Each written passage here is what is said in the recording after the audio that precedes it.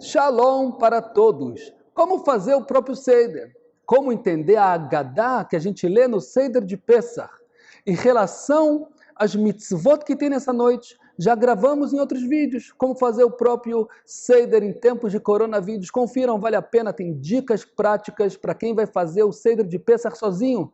Ou que quer entender o Seder de Pesach, mesmo que faça na casa de outras pessoas. Então, eu aconselho já a escutar esses dois vídeos que estão gravados com as leis, com as alahot do Seder de Pesach. Nesse vídeo, vamos tentar entender o Seder de Pesach em si, como fazer o Seder e também a Haggadah de Pesach, organizá-la. Vamos começar, o Seder de Pesach começa com o Kiddush. O Kiddush do Seder de Pesach tem algo especial. Porque o próprio copo do Kiddush já é o primeiro copo dos 4 copos de vinho. Então a pessoa que vai estar na casa de alguém ou fazer na própria casa, ele deve ter a intenção, quem for fazer o Kiddush, de incluir todos que estão presentes. E todos que estão presentes devem ter a intenção de ser incluídos no Kiddush e na brachá que ele vai fazer.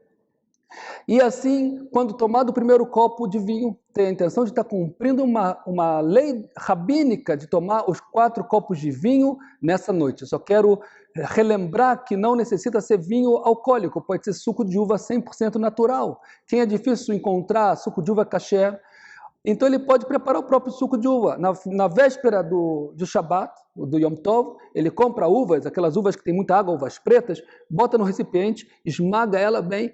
E a quantidade de vinho que precisa tomar em cada copo, muitas pessoas às vezes se empolgam, botam copos imensos e de preferência tem que tomar o copo inteiro. E assim, depois do primeiro copo já está viajando lá nos mundos celestiais. Então, eu não aconselho pegar um copo grande, pega um copo menor, um copo de verdade, um copo descartável como esse, um copo normal, tem em torno de 200 mililitros, 180 a 200 mililitros. A quantidade que é necessária ter um copo para ser kasher, para fazer a mitzvah, é 86 mililitros. Olha só, por exemplo, um copo desse em comparação, um copo desse tem 100 mililitros, já é mais do que precisa ser. Quer uma taça um pouco maior, para segurar bem, não tem problema. E a quantidade que tem que tomar de vinho ou de suco de uva 100% natural é pelo menos a metade disso, que seria em torno de 45 mililitros, que é uma quantidade que não é grande, é mais ou menos essa quantidade de vinho. Pode também misturar vinho com suco de uva, como eu faço, como escutei que o pai do Rav Chaim Kanievsky faz, ele bota 1/3 de vinho e 2/3 de suco de uva natural, assim fica com gosto de vinho e fica fraquinho. Então dá para tomar tranquilo, sem perturbação, sem deixar a pessoa cansada e com disposição. E já no começo do Seder tira o foco dela do principal, que é contar a história da saída do Egito. Tem 2 mitzvot da Torá que a gente cumpre no Seder de Pesach. A primeira é contar sobre o Seder de Pesach, contar sobre a saída do Egito, é uma mitzvah da Torá. Por mais que tenha a mitzvah de lembrar da saída do Egito, todos os dias a gente lembra no Shema Israel de manhã e de noite. Nesse dia é especial. Ele desperta as influências do mundo espiritual, dos milagres que aconteceram. Quando a gente conta aqui embaixo, a gente desperta lá em cima esses milagres. Isso a gente pode absorver dessa força para a nossa alma e para toda a nossa família, para toda a humanidade. Então, o primeiro ponto, o primeiro conselho é saber o quanto precisa tomar. Quem quiser acrescentar, tomar um pouco mais, aí ele faz as contas dele. E saber que o primeiro copo, que é o Kiddush do dia, já todos os presentes levantam o copo e já tem a intenção de ser parte do primeiro copo dos 4 vinhos, dos 4 copos de vinho. Como eu falei, são 2 mitzvot da Torá dessa noite. Contar a história do Êxodo e comer matzah, que tem que ser pelo menos 27 gramas, como já falou nos outros vídeos. E também tem a mitzvah de tomar 4 copos de vinho, que é a mitzvah rabínica, e tem a mitzvah de comer um maror, a erva amarga, que também é a mitzvah rabínica. Fora isso, tem quem não tem uma Haggadah em português, eu aconselho a adquirir até o Seder de Pesach, uma Haggadah em português. Hoje em dia não deve ser difícil com a tecnologia adquirir, imprimir ou comprar uma Haggadah com tradução, porque a própria Haggadah de Pesach, ela organiza e explica quando cobrir a matzah, quando tirar a bandeja, quando devolver a bandeja, quando cobrir a matzah, quando fazer cada coisa. Então, toda a instrução do Seder em si, ela já traz. O que eu quero trazer aqui no nosso encontro são dicas para entender e melhorar a organização do Seder de Pessah. Então, como eu falei, depois do Kiddush, tem que tomar o primeiro copo de vinho. E tem uma regra que não podemos esquecer, porque essa regra pode ser que ela desqualifique a mitzvah de tomar o vinho, ou também de que ela causa um dano na quem não cumpre essa regra que eu vou falar agora quando come a matzá, que a regra tem que reclinar. Quando a pessoa toma o vinho ou come a matzá nessa noite, tem que reclinar. Mesmo quem não está acostumado a reclinar em geral, essa noite tem que reclinar. Então, se a pessoa segue, um ponto importante, o costume, 2, Ashkenazim, então as mulheres não costumam se reclinar, somente os homens. Se a pessoa segue o costume 2, Sefaradim, então as mulheres também costumam se reclinar.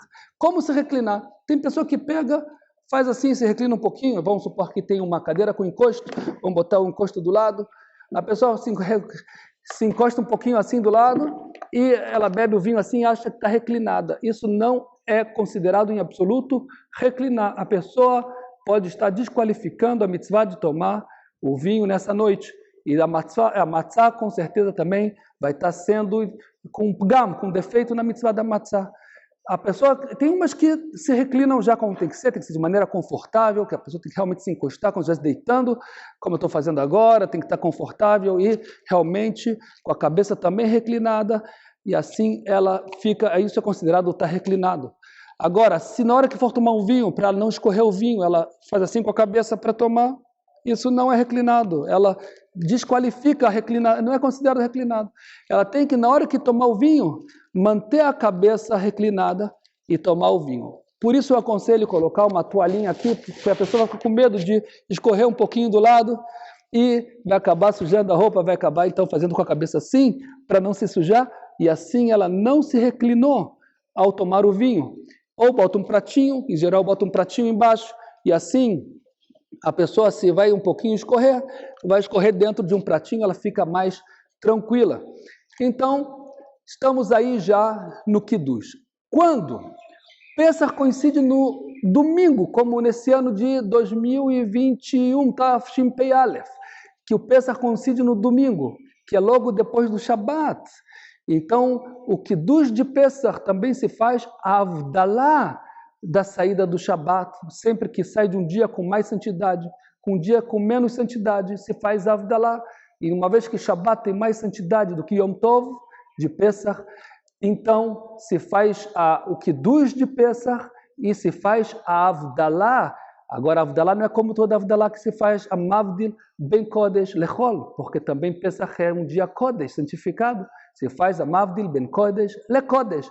Tudo isso está escrito na Haggadah, ou no Mahzorim, cada um que adquirir vai ver como fazer o texto. Não é isso que eu vim agora falar como se faz cada texto. Isso já está escrito, cada um pode ler dentro. Só vim lembrar que como tem Havdalah, também tem o fogo. E Yom Tov não pode acender fogo. Então, antes do Shabat, se lembrar de deixar uma vela que dure pelo menos, que em geral tem velas que duram 2 dias, para depois do Shabat poder passar fogo, de um fogo já aceso. Em Yom Tov, pode passar fogo, não se pode acender fogo. No Shabat tampouco pode passar fogo. E se já deixa o fogo aceso antes do Shabat, porque depois não pode acender, você pode pegar e passar o fogo, você pode passar o fogo para fazer, para a vela da Havdalah. O problema é que depois que a pessoa não pensou, ela é proibido apagar fogo em Yom Tov. Como ela vai fazer? Vai queimar o dedo? Vai acabar apagando o fogo. Tem que preparar, antes do Yom Tov, um local, para depois uma latinha, um recipiente, para depois que ela faz a Havdalah, colocar lá a vela da Havdalah. E não vale a pena botar uma vela grande, porque não pode apagar. Ou corta um pedacinho da vela da Havdalah pequeno para fazer a Havdalah, e depois colocar essa vela dentro do recipiente. Ou ela pode pegar 2 fósforos, juntar 2 fósforos e acende com a vela os fósforos, espera os 2 fósforos pegarem, é considerado já uma vela de Havdalah, e quando ela faz a Brahá, Baruch atah Hashem ki borei meorei ha'esh, olha para a unha, como tem que fazer, e ela já deixa preparado um pote, uma latinha, e coloca os fósforos dentro da latinha, para eles se apagarem sozinho. Outro ponto importante para lembrar, quando o Shabat coincide antes de Pesach, como esse ano. Então, as velas também, não se pode preparar nada do Shabat para Yom Tov, é proibido preparar. Quando é o contrário, quando Yom Tov é antes do Shabat, se pode preparar certas coisas através do Eruv Tafshilin. Quando é Shabat para Yom Tov, não tem o que fazer, tem que esperar o término do Shabat, quando saem as estrelas, já quando terminou o Shabat, aí faz Baruch HaMavdil Ben Kodesh Le Kodesh, aí você pode preparar para o Yom Tov, tirar a mesa, preparar a mesa de Pesach, ainda mais que Pesach tem tanta coisa para preparar, a pessoa pode acabar se esquecendo e começar a preparar já no próprio Shabat. É proibido preparar no Shabat para Yom Tov, esperar que saia o Shabat. Também é muito importante preparar as velas de Yom Tov antes do Shabat, porque em Yom Tov não pode preparar vela, não pode esquentar a vela e colar a vela, não pode cortar a vela para entrar no castiçal e ficar rodando ela para entrar bem. E os pavios, quem bota vela flutuante no óleo, já preparar os pavios antes do Shabat também para Yom Tov.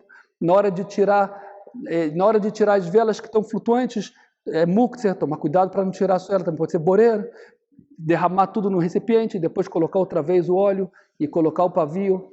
Então, já deixar as velas preparadas e acender as velas somente de noite, depois que saiu o Shabat, passando o fogo, não esquecendo da regra que não pode acender fogo em Yom Tov e também depois não pode apagar o fogo. Você só pode em Yom Tov passar o fogo para acender a vela e depois que já acendeu a vela, tem que depositar o fósforo no recipiente que já deixa preparado para isso, porque se não pensou nisso, na hora vai se deparar com um grande problema, que o fogo vai se aproximar da mão e vai acabar apagando ele.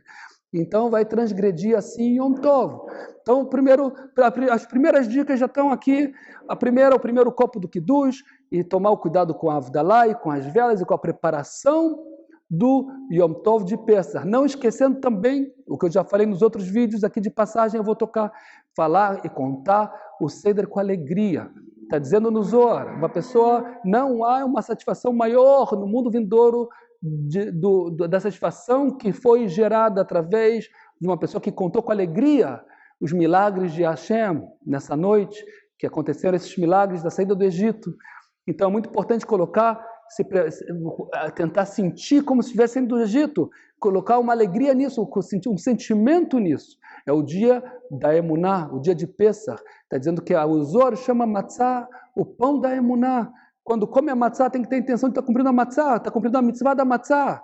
E quando toma o vinho, da mitzvah de tomar vinho rabínica, de tomar o vinho. Porém, quem quiser acrescentar um nível a mais, nesse momento que está mastigando e comendo a matzah, deve pensar que Deus criou o mundo, Ele mantém o mundo, e Ele está presente a cada momento, se importando com tudo que a gente faz. Isso vai dar para a gente irrigar a gente para o ano inteiro com a emuná, na mente, através da matzah, no sentimento, através do vinho. Eu estou falando em resumo temas profundos que podia alongar bastante, mas não é o nosso objetivo nesse vídeo. Depois vai trazer o Karpas. O Karpas, a gente vai ver, quem segue a Agadá, vai estar tudo escrito bonitinho lá. O Karpas, os Ashkenazim costumam trazer uma batata cozida e molhar no sal e comer. E os Sefaradim costumam trazer um salsão e remolhar na água com sal e comer. Porém, tem que tomar um certo cuidado aqui, que as pessoas já pensam agora, vão comer, encher a barriga de batata, não é bom. Deve-se comer menos que um casaito para não entrar em dúvida de brachá. Não chegou ainda o momento da refeição. A refeição é depois, quando chegar a matzá, o maror, aí vai começar a refeição depois disso. Agora, nesse momento, comer um casaito é o tamanho de uma caixinha de fósforo. Menos que um casaito, se preocupar em comer menos que um casaito, e quando faz a brachá do maror, já tem do karpas, já tem a intenção de incluir no boré priyadamá o maror também. E até que vai chegar a hora da matzá, tá? Vamos ver depois quem lê com Seder, eu não estou falando cada detalhe propositalmente, eu não quero alongar aqui em coisas que estão escritas e coisas simples. Vai chegar a hora da matzá, e quando for fazer a matzá, tem que ter o cuidado de ser 3 matzot, e a do meio romper, o maior pedaço vai ser o afikoman, está tudo explicado nas Agadot, e a pessoa faz a brachá, e nesse momento, depois que faz a brachá, todo mundo tem a intenção, é o momento, o grandioso, é a mitzvah da noite de comer matzá, onde vai irrigar a pessoa com emuná, como eu falei, para o ano inteiro. E aí ela deve comer um kazait de matzá. Agora, E aí vamos comer um casal de matzá, depois tem o maror, depois tem o korer, que é matzá junto com o maror. Agora vamos falar um pouco da Haggadah de Pessach, que eu deixei para o final, porque eu vou alongar um pouquinho na Haggadah de Pessach. Eu dividi a Haggadah de Pessach em 8 partes para ajudar o entendimento da Haggadah de Pessach. Al-Armaniá, a primeira parte, começa no começo da Haggadah. Al-Armaniá, quando fala esse é o pão que não fermentou, é um pão pobre. Aqui tem uma alusão que para ser livre a pessoa deve se desapegar, não se inflamar com orgulho, com desejos. Isso é o fermento. E aqui começa a introdução também convidando todos os necessitados para participarem do Seder contigo. Hoje em dia é muito importante também se preocupar em dar uma ajuda para quem não tem dinheiro para comprar matzá, vinhos para Pessach, pessoas necessitadas. Isso se inclui nessa primeira parte da Haggadah. Antes de Pessach, se preocupar com alguém necessitado e ajudá-lo a ele ter o Seder de Pessach dele, também as matzot, também tem o vinho. E assim começa a introdução do Seder, falando, este é o pão pobre, o pão que não fermentou. E aí a gente fala, é bom, importante nesse momento aqui, ter a intenção de estar cumprindo a mitzvah de contar sobre a saída do Egito nesta noite. Mitzvah da Torá, cada palavra, mitzvah. Quem não tem tempo de ler toda a Haggadah, a gente vai ver que tem uma parte da Haggadah que fala Rabban Shimon Gamliel Omer, que ele vai falar, todos que não falaram essas 3 coisas não cumpriram a mitzvah de Pessach.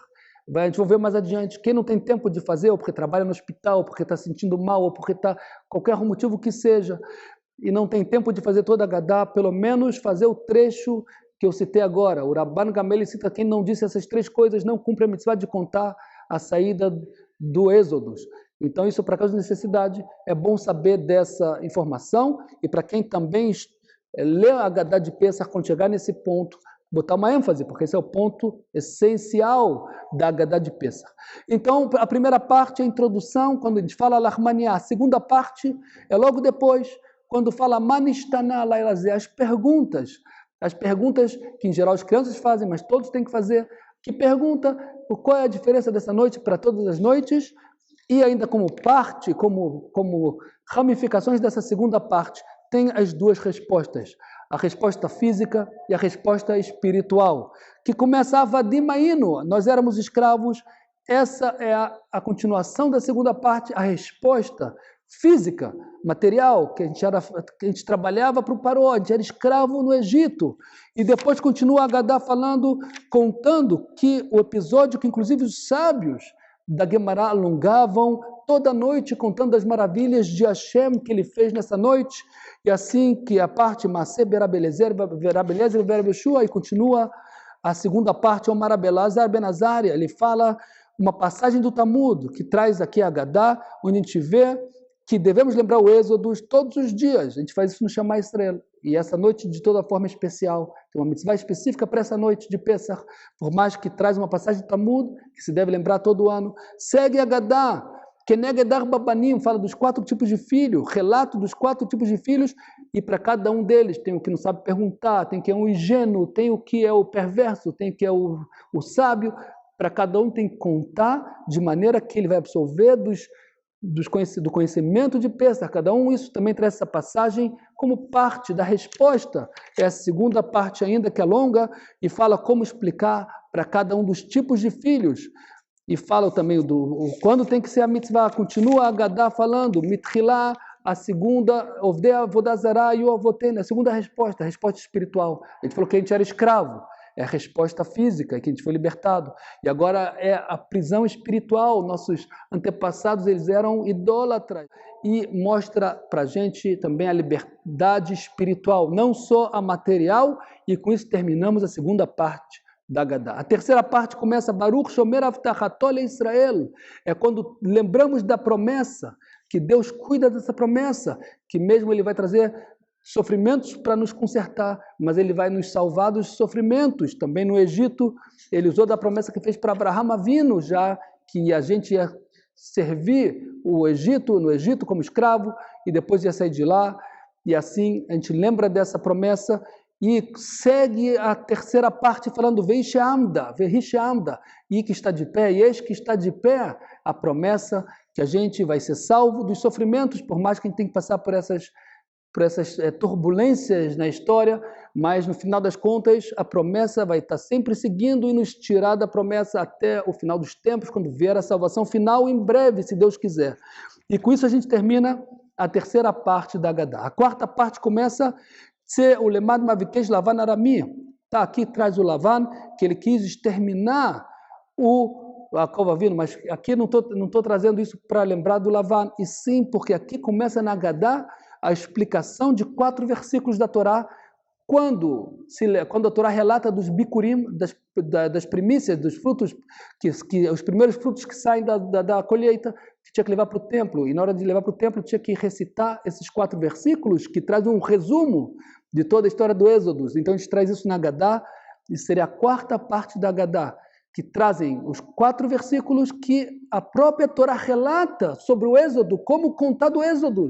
E aqui é muito importante para quem quiser fazer o Seder, entender legal, entender bem, estudar esses 4 versículos que estão na Agadá, e a Agadá traz os 4 versículos com explicação. E a gente assim saltando a quarta parte, vamos chegar, quando termina os 4 versículos, começa a quinta parte da Agadá, que trata das pragas. Ela traz as pragas, as 10 pragas, e depois ela traz uma certa explicação sobre as 10 pragas, e essa parte é uma parte muito lembrada na Agadá de Pêssar. Então bota o dedo no vinho, espirra, tirando as pragas para fora. Teve até uma história trágica que botaram, quando respingaram o vinho, botaram no copo de uma pessoa, ela bebeu e não acordou mais. Deus me livre, são a gente como se estivesse tirando tudo de ruim da gente, limpando, fazendo nossa limpeza, para poder depois, em Shavuot, receber a Torá. Pêssar seria um novo nascimento, tem que se preparar, se purificar, tirar todas as coisas que nos impedem, que nos limitam, os faraós da nossa vida, os egitos da nossa vida, para poder nos preparar em 7 semanas para receber a Torá no dia 50, depois de Pêssar. A sexta parte da Agadá começa falando Kama Malotovot. A gente lembra de cada etapa da saída do Egito para agradecer, louvar a Hashem por cada etapa em si que tem um valor essencial em cada uma delas. E Kama Malot Tovot Lamakom Aleinu, assim começa a sexta parte, e ela segue até que a gente fala Rabban Gamliel Omer, aí a parte que eu falei no começo, o Rabban vai falar, quem não fala essas 3 coisas não cumpre a mitzvah de contar a saída do Egito, que seria Pessah, Matzah ou Maror. E na Agadá explica cada um deles, o que é o Pessah, o que é a Matzah e o que é o Maror. É importante botar ênfase nessa parte, porque como disse o Rabban Gamliel, quem não cumpre essa parte da Agadá, ela não cumpre a Agadá, a essência da Agadá. E quem não tem tempo de ler toda a Agadá, como eu já falei, por circunstâncias ou por dificuldades específicas, essa parte, pelo menos, ele lê, ele cumpre com a mitzvah. Depois, a última parte que eu separei da Agadá é a parte de sentir todo esse bem que Deus fez e agradecer com alel.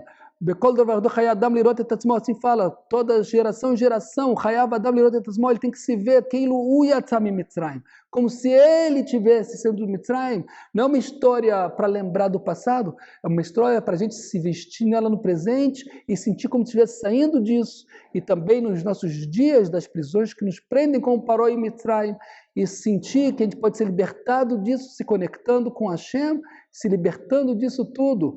E assim a gente termina com Alel, a última parte da Agadá, de como contar a saída do Egito. Aí entra depois a Matzah, o Maror, que eu já falei no começo, e eu deixei para o final a Agadá, porque eu quis alongar na Agadá, e com isso terminamos o nosso encontro.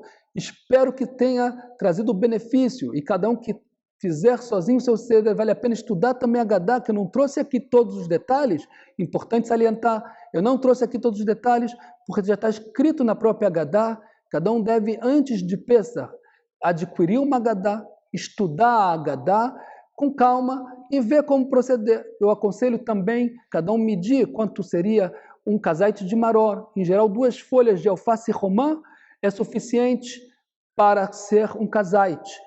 Eu aconselho não comer as folhas de alface que não cresceram, como em Israel eles fazem plantações especiais para não ter verme, porque dizem que é quase impossível limpar as folhas do alface, tem vermes internos nas folhas, é quase impossível limpar os vermes do alface. Então eu aconselho quem não faz alface com crescimento especial, estufa especial, comer só o caule alface romã, que é a erva amarga que a gente pode comer.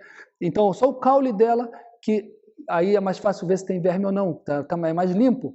E comer a quantidade aproximada de 27 gramas. Para todo mundo que é difícil comer 27 gramas, porque ou porque é uma pessoa idosa, ou porque está doente, ou porque realmente não tem como comer, por qualquer que seja o motivo.